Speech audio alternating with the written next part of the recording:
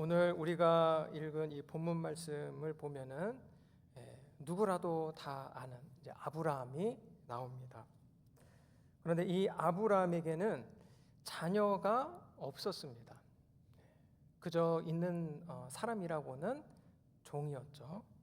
남자 종 한 명이 있었을 뿐인데 이런 아브라함에게 앞서 창세기 15장을 우리가 보게 되면은 그 15장 말씀에서 한 가지 약속을 하나님께서 이 아브라함에게 하십니다. 나는 너의 상급이다. 지금 너에게 자식이 없지만은 이제 아이를 낳게 될 것이다. 너와 너의 아내 사이에서 난 아이가 너의 상속자가 될 것이다. 너는 자꾸만 너랑 같이 살고 있는 종이 너의 상속자가 될 거라고 생각하는데 아니다. 너와 너의 아내의 사례를 통해서 분명히 자녀를 낳게 될 거고 그 아이가 너의 상속자가 될 거다. 그리고 너의 후손을 이을 것이다. 그리고 그를 통해서 큰 민족을 내가 이루게 하겠다. 그렇게 약속을 하나님께서 이 아브라함에게 해주셨다는 거죠. 그래서 그 약속의 말씀을 들은 이 아브라함은 너무나도 신나고 기뻤을 겁니다. 이미 이 아브라함은 75세를 훌쩍 넘은 고령이었고 자녀가 없었어요. 그런데 하나님께서 그러한 약속을 해주시니 얼마나 마음 가운데 기쁘고 즐겁고 설레이는 마음이 가득했겠습니까? 그래서 창세기 12장 13장을 보면은 이 아브라함이 약속의 말씀을 들을 때마다 제단을 쌓고 하나님 앞에 예배를 드립니다. 너무나도 기쁜 마음을 하나님 앞에 감사의 제사로 올려드리는 거죠. 그렇게 그 이후의 시간을 이 아브라함은 순수한 신앙으로 계속해서 기다리고 또 기다리는 시간을 갖게 됩니다. 그런데 5년이 지나고 또 7년이 지나고 8년이 지나고 10년이 다 되도록 아기가 생기지가 않습니다. 그렇게 오랜 기간을 기다렸는데도 아기는 생기지 않는 겁니다. 그래서 이 아내였던 사라가 그런 생각을 하게 된 것 같습니다. 이게 어떻게 된 건가? 분명히 아브라함 얘기로도 하나님께서 약속하셨다고 하는데 이렇게 되면은 내 여종 하갈을 통해서라도 아기를 낳아야 되는 게 아닐까? 그게 더 좋지 않을까? 어떻게 보면은 이 사라도 아닌가 보다 했을 만도 합니다. 인간적으로 생각해 본다면은 그럴 수도 있겠죠. 왜냐하면은 10년이라는 긴 시간이 흘렀기 때문에 그렇습니다. 한번 성도님들 그 나이에다가 10년을 더해 보십시오. 지금 내 나이에다가 10년을 더 얹어서 그 나이대의 모습을 한번 생각해 보십시오. 상당히 다르게 느껴지죠. 상당히 그 나이의 무게가 또 무겁게 많게 아마 느껴지실 겁니다. 그런데 그렇게 긴 시간이 지나도록 아무 일도 또 아무런 변화도 일어나지 않았다라는 거죠. 그리고 그러다 보니까 아브라함도 인간적으로 생각한다면은 또 사라의 말을 듣고 또 생각할 수가 있겠죠.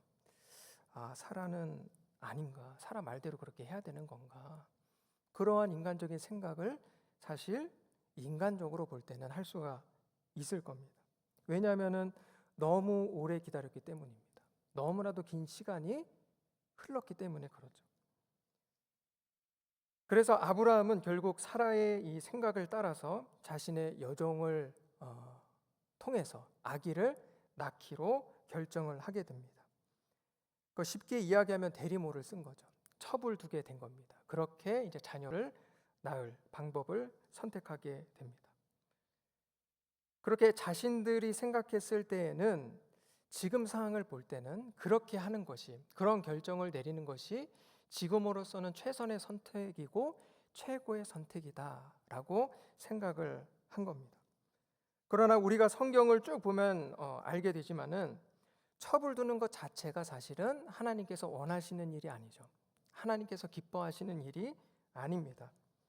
첩을 두었던 인물들 성경에서 보면은 많이 나오죠. 나오기는 하는데 보면은 하나님께서 다 직접 주신 게 아닙니다. 직접 허락하신 게 아니죠.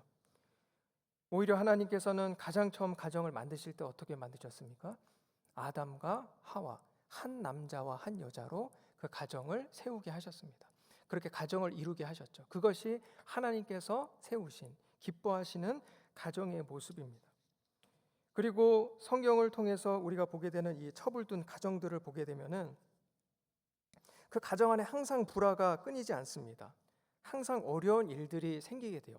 그러한 어려움들이 겹겹이 쌓이게 되는 것을 우리가 보게 됩니다. 그리고 오늘 본문의 아브라함 가정도 결국에는 그렇게 어려운 일들이 이어지게 되는 것을 보게 되는 것이죠. 그런데 그런 부정적인 결과들이 이어질 수밖에 없는 것이 앞서 말씀드렸다시피 첩을 두는 것은 하나님의 방법이 아니기 때문에 그렇습니다. 하나님께서 기뻐하시는 일이 아니기 때문에 그렇게 우리의 지혜대로 행동할 때에 그 결과는 좋지 않을 수밖에 없는 것이 당연한 겁니다. 그런데 아브라함은 하나님의 방법이 아니라 자신의 마음대로 그 방법을 만들고 선택을 했던 겁니다. 아무리 10년이 지나도록 임신 소식이 없다고 해도 하나님께서는 분명히 약속을 하셨어요. 분명하게 약속을 아브라함에게 하셨습니다. 그런데 아브라함과 사라는 이 첩을 두는 것이 하나님의 뜻인지 아닌지 헤아리지도 않은 채 바로 그렇게 자신들의 지혜로, 자신의 마음대로, 누가 뭐래도 이게 지금으로서는 최선의 방법이다, 누가 뭐래도 이것이 최고의 선택이다 라고 생각해 버린 겁니다. 하나님의 약속, 하나님의 뜻이 걸려있는 그 중요한 문제를 두고서, 그 중요한 사안을 두고서 이 두 부부는 하나님과 상관없이 정말로 말 그대로 그 문제를 그렇게 해치워 버린 겁니다. 그런데 생각해 보면은 우리들에게도 내게도 나에게 있어서도 너무나도 중요한 일들이 늘 있죠. 너무나도 급한 일들, 내 인생에 있어서 이것은 너무나도 크고 중요한 그러한 일들이 분명히 있습니다. 자녀들일 수도 있고 혹은 내 문제일 수도 있고 뭐 진로의 문제, 뭐 결혼 문제에서부터 직장, 사업, 가정의 여러 가지 일들, 우리가 생각할 때는 너무나도 중요한 일들이 분명히 우리의 삶 속에 있습니다. 그런데 우리도 때로는 하나님과 상관없이 하나님의 뜻을 헤아리지 않은 채 그렇게 하나님 앞에서 정말로 마음 열어 간절함으로 제대로 기도 한번 드려보지 않은 채 하나님과 상관없이 그 문제를 해결하기도 한다라는 것입니다. 주님이시라면 과연 이런 상황에서 어떻게 하실까? 예수님이시라면은 과연 이러한 상황 속에서 어떻게 하실까? 어떻게 생각하실까? 내가 어떻게 행동하기를, 어떤 결정을 내리기를 원하실까? 그러한 고민 우리에게는 크게 없이 내가 생각하는 가장 최선의 선택, 내가 생각하는 최고의 선택을 우리도 때로는 내리게 될 때가 있다라는 겁니다. 이전에 들었던 하나님의 말씀이 분명히 있는데, 하나님 앞에서 분명히 깨달았던 것들이 내게는 분명히 있는데, 그러한 하나님이 주신 지혜도 다 잊어버리고 지금의 시간, 지금의 상황에 맞춰서 그렇게 내 상황에 쫓겨서 내가 생각할 때에 가장 최고의 선택, 가장 최선의 선택을 우리가 하게 되는 겁니다. 내 경험과 내 지혜만을 의지해서 그렇게 나의 삶의 문제들 하나하나를 해결해 가게 됩니다. 우리는 성부, 성자, 성령 삼위일체 되신 하나님을 주님이라고 부릅니다. 그렇게 주님 늘 부르면서 믿음으로 삶을 살아가죠. 쉽게 이야기하면은 하나님을 우리의 주인님으로 모시면서 살아가는 겁니다. 그렇게 우리가 이제 주님 외치고 부르게 되는데, 그런데 정말로 중요한 나의 문제를 대할 때는 우리가 그 삶에 있어서, 그 영역에 있어서 주인 되는 삶을 살아가게 되는 겁니다. 하나님께서 이 문제에 있어서 주인이 되시고, 뭐 나의 사업이건 그게 뭐 돈 문제이건 어떠한 영역의 문제이든 간에 분명히 그 부분에 있어서 하나님께서 주인이 되시고 나의 모든 영역에 있어서 정말로 주인 되셔야만 하는데, 우리는 때로는 기도 열심히 하다가 하나님께서 내 생각과 다른 마음을 주실까 봐, 하나님의 뜻이 내 생각과는 다를까 봐 때로는 겁이 나는 마음을 갖게 되기도 합니다. 괜히 기도하고 하나님 생각했다가 내 마음대로 못할까 봐, 또 내 마음이 불편해질까 봐, 때로는 하나님의 뜻에 대해서 애써 생각하지 않으려 할 때도 우리에게는 있을 수 있다라는 겁니다. 그러나 우리는 아무리 내게 중요하고 아무리 내가 원하는 대로 하고 싶은 욕심이 일어난다고 해도 그 문제에 있어서, 그 영역에 있어서 하나님께서 정말로 주인 되실 수 있도록 해야만 합니다. 하나님께서 내 문제의 주인이 되셔서 주님께서 가지고 계신 그 뜻을 내 삶 속에서 온전히 이루실 수 있도록 나의 주인 된 그 자리를 우리는 내어드릴 수 있어야 합니다. 아무리 그것이 어렵고 힘들더라도 우리는 그러한 삶을 살아갈 수 있어야 합니다. 하나님, 이 문제, 이 부분, 이 영역 하나님께서 주인 되십니다. 나의 삶의 모든 것들에 있어서 하나님께서 주인이 되십니다. 하나님께서 정말로 내 삶의 주인이십니다. 내가 하나님의 다스림을 받겠습니다. 하나님의 뜻대로 말하고 행동하고 선택하면서 내가 내 삶을 그렇게 살아가겠습니다. 우리는 그렇게 고백할 수 있어야 합니다.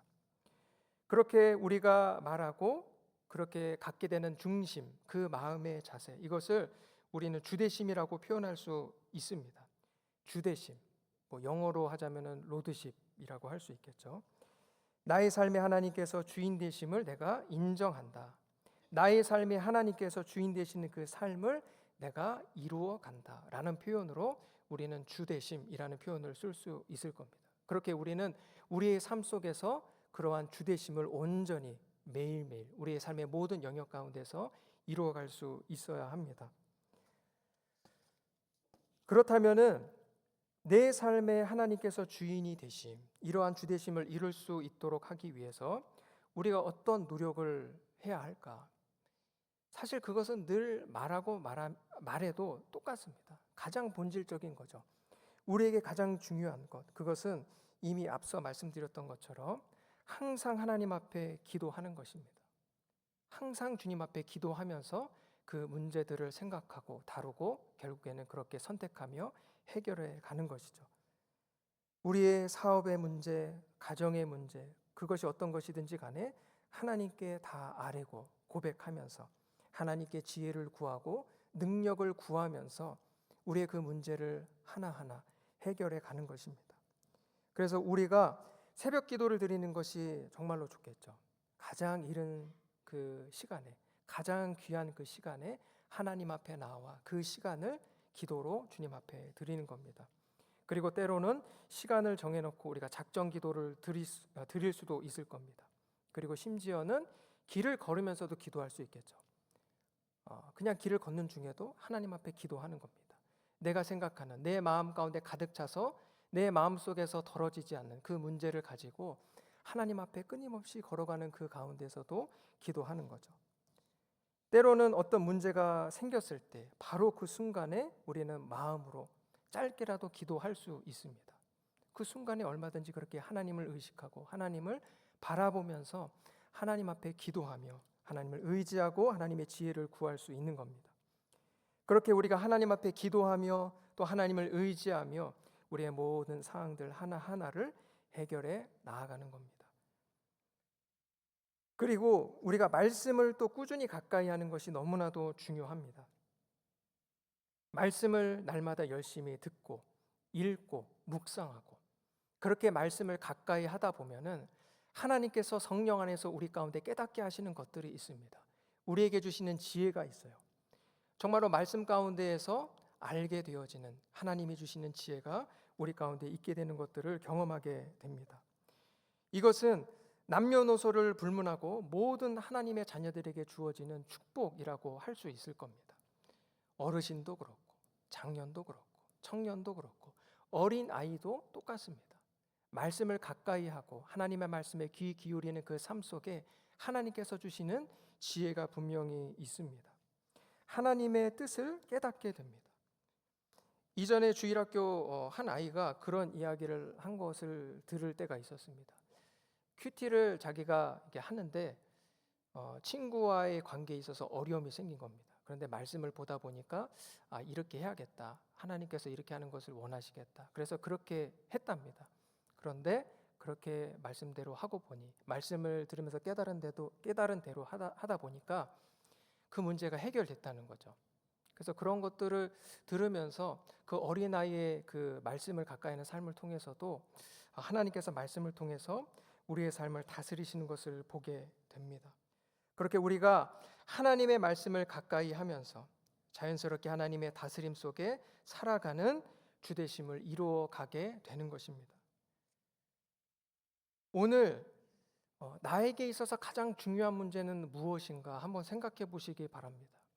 오늘 나의 삶 속에 내 인생 가운데에 내가 중요하게 생각할 수밖에 없는, 내가 해결해야만 하는 큰 문제가 있다면 그것은 무엇입니까? 물론 내가 볼 때는 그 문제를 대했을 때 아브라함과 사라가 생각했던 여종 하갈을 통해서 아기를 낳았던 것과 같은 가장 좋은 선택, 아무리 생각해봐도 가장 지혜로운 선택이에요. 아무리 생각해봐도 이것만한 선택이 없어요. 이것이 가장 지혜로운 것처럼 생각됩니다. 그러한 최선의 선택이, 최고의 선택이 우리 가운데 분명히 있을 수 있습니다. 그러나 하나님과 상관없이 내가 나의 삶의 주인이 되어서 말씀도 기도도 없이 세상의 방식과 지혜를 따라서 그 문제 앞에서 결정하고 해결해 가고, 그런데 그러한 하나님과 상관없는 삶을 살아가기 시작할 때에 안타깝게도 우리의 삶 속에는 또 많은 문제들이 생겨날 수 있다는 것을 기억해야 합니다. 오늘 본문 말씀을 우리가 이후에도 계속해서 보게 되면은 다 아시는 내용일 겁니다. 결국에는 이 여종이 사라를 멸시하게 되죠. 그리고 사라는 아브라함을 원망하게 됩니다. 그리고 결국 이 여종을 이 사라가 질투하고 학대하면서 내쫓아버리게 되죠. 생각지도 못했던 여러 가지 문제들이 겹겹이 쌓이게 되는 것들을 보게 됩니다. 우리에게 아무리 좋은 방법, 좋은 대안, 최고의 선택이 있다고 해도 그 선택보다 더 좋은 선택이 있습니다. 그것은 다른 것이 아니라 바로 하나님께서 말씀하시고 하나님께서 생각하시는 하나님의 선택, 나를 향한 하나님의 뜻이라는 것을 우리는 기억할 수 있어야 합니다. 잠언 3장 5절 6절 말씀을 보면은 이렇게 말씀합니다. 너는 마음을 다하여 여호와를 신뢰하고 내 명철을 의지하지 말라. 너는 범사에, 어떤 말씀입니까? 모든 일에, 모든 부분에, 너의 삶의 그 모든 영역 가운데에서 그를 인정하라. 우리가 앞서 표현했던 바로는 주되심을 인정하라는 거죠. 우리의 삶의 모든 영역 가운데에서 그렇게 하라는 겁니다.